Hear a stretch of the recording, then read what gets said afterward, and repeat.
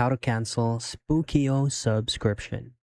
Now, in this very quick video, I'm going to provide you additional information and process for you to be able to completely cancel your Spokeo subscription. Now, it's very simple. It's just around the corners of your Spokeo account. The first things first, there are things that you need to make sure that you have fully used all the features that you paid for on Spokeo before canceling it. Now, first is make sure that you have take all full advantage of your Spokeo membership, such as your search credits. So make sure that you have fully exhausted all your search credits before canceling it.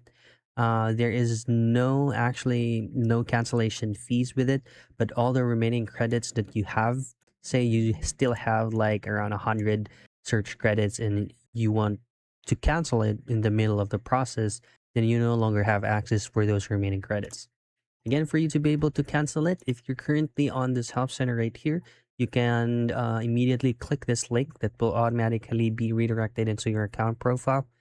But you just need to log in into your Spokeo account, go into your account management tab, and then you should be able to see the cancel option. And that's how you cancel Spokeo subscription.